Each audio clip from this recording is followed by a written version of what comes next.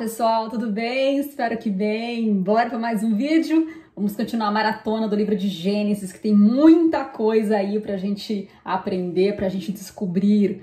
Bom, o vídeo passado foi falado sobre o dilúvio, né? O tempo que Noé ficou na arca, né? E algumas curiosidades, o local que ela pousou. E agora eu vou falar um pouquinho sobre a descendência de Noé, né? Lembrando que Noé estava com a esposa e os 3 filhos e as 3 esposas. Então, quando eles pousaram na região ali da Turquia, Ararat, eles tiveram que repovoar, tá? Vamos ler lá, então, Gênesis capítulo 9, versículo 18, que diz assim: os filhos de Noé que saíram da arca foram Sem, Cã e Jafé. Cã é o pai de Canaã. Esses foram os 3 filhos de Noé. A partir deles, toda a terra foi povoada. E olha só que interessante, no versículo seguinte fala que Noé, que era agricultor, foi o primeiro a plantar uma vinha. Bebeu do vinho, embriagou-se e ficou nu dentro da sua tenda. Então, gente, o primeiro relato aí de embriaguez foi do Noé, que foi a primeira pessoa que plantou uma vinha. Então, a primeira pessoa aí que tomou um porre de vinho foi o Noé. Olha só que interessante, né? Um homem tão notório, mas que teve esse acontecimento aí na vida dele, né?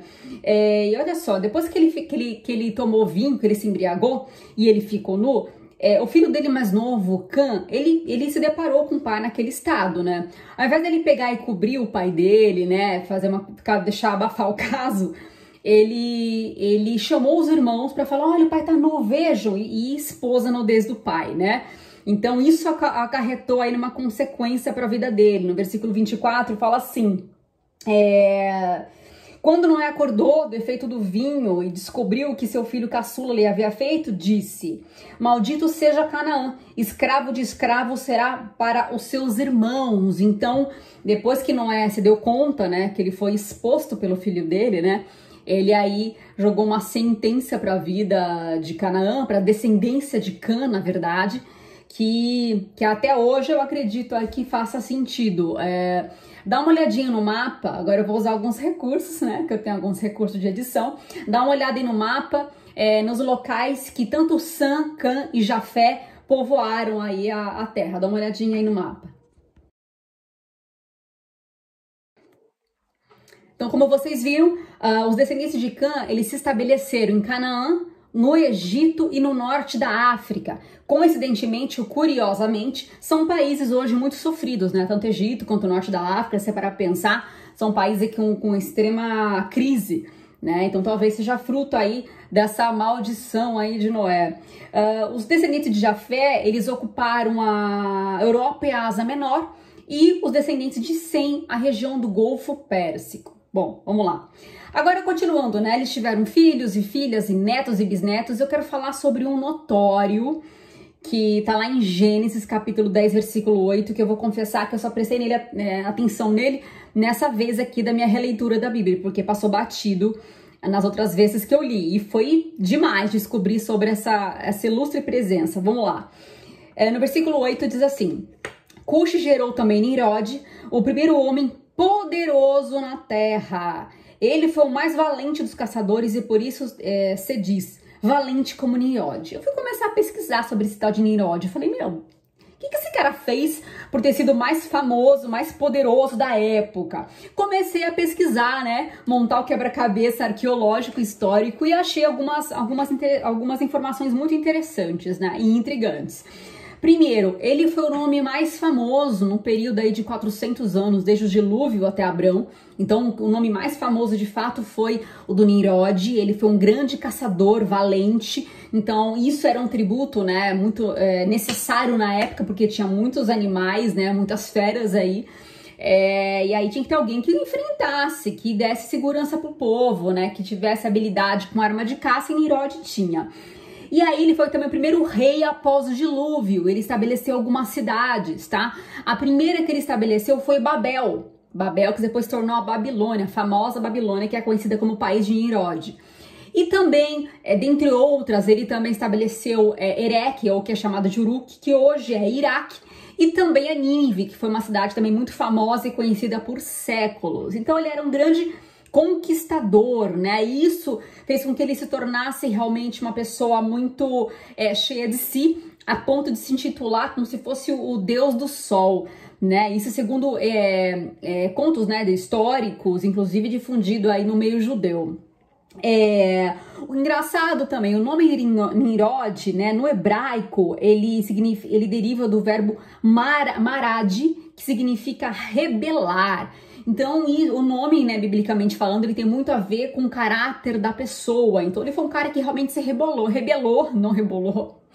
ele se rebelou, e aí ele teve essa fama aí, né, não muito favorável aí ou aprovado pela família. Lembrando que o Nimrod, ele era bisneto, ele foi bisneto de Noé, e ele foi da descendência da linhagem de Cã, daquele lá que a viu, né, esposa no nudez do pai. E a segunda tradição, né, conta que ele inclusive foi morto por soldados do Sem, né, que era irmão de Cã e de Jafé, porque ele estava assim envergonhando a família, né, por ele se dizer que ele é o próprio Deus, né, Deus do Sol, e também porque, gente, aconteceu um caso muito louco, segundo a tradição, diz que ele tomou a mãe dele como esposa, a tal da Semíramis. Essa mulher também causou muito na época, foi a única rainha síria foi a Semíramis, então ela foi mãe dele, e depois ele tomou ela como esposa. Enfim, gente, foi um babado, tanto é que ela mesma tinha uma fama de ser uma mulher, assim, prostituta, né, ela rodava muito. Então depois que ele foi morto, possivelmente aí por esses soldados, né, do Sem, ele acabou meio que virando Marte, porque a pessoa falou assim, nossa, ele foi assassinado e tal. E aí, pra pegar o gancho, né, nessa comoção toda, a Semíramis, que tinha engravidado de um outro homem, o segundo filho dela, chamado de Tamuz, ela disse que esse filho era a reencarnação de Nimrod. Então falou, gente, eu estou com um Deus na minha barriga, ele é a reencarnação do Nimrod. Todo mundo, e aí isso foi muito difundido. Na época, a Semíramis, ela se intitulou a mãe de Deus, porque era a mãe da reencarnação do grande guerreiro, grande nome Nimrod, que por sinal, na época, ele foi aí até colocado, acho, como o primeiro líder político religioso, tá, pelas conquistas dele. Então, gente, foi demais essa história aí, né, dela ser a mãe de Deus. Realmente foi difundindo, né, em muitas línguas e povos, até porque depois teve aí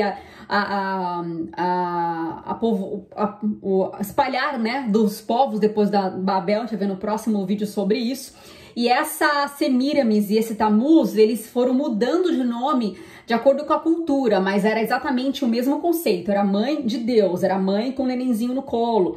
Então ela foi conhecida por alguns povos como a Ísis, a Astarote, a Afrodite, a Inanna, a Star. Dá uma olhada aí, gente, nas facetas da mesma entidade, né, da mesma mulher aí, nesse slide que eu vou mandar agora para vocês. Vocês viram? Então essa aí era a carinha da genealogia, vamos dizer assim, a continuidade dessa deusa Semíramis e do filho Tamuz, que depois ganhou o nome de Horus, que depois ganhou o nome de... Depois, uma da continuidade do Tamuz foi o Baal. E por falar em Baal, que vai ser o deus muito falado aí, na Bíblia, né, que Deus abominava. Por quê? Porque tanto Baal, né, quanto o que simbolizava o Tamuz, nos cultos dele, como dessa entidade também, né, a Astarote, a Ísis, quando eles faziam cultos para esses deuses, tinha muita orgia, né, muito bacanal, enfim. E aí eles tinham também sacrifícios, né?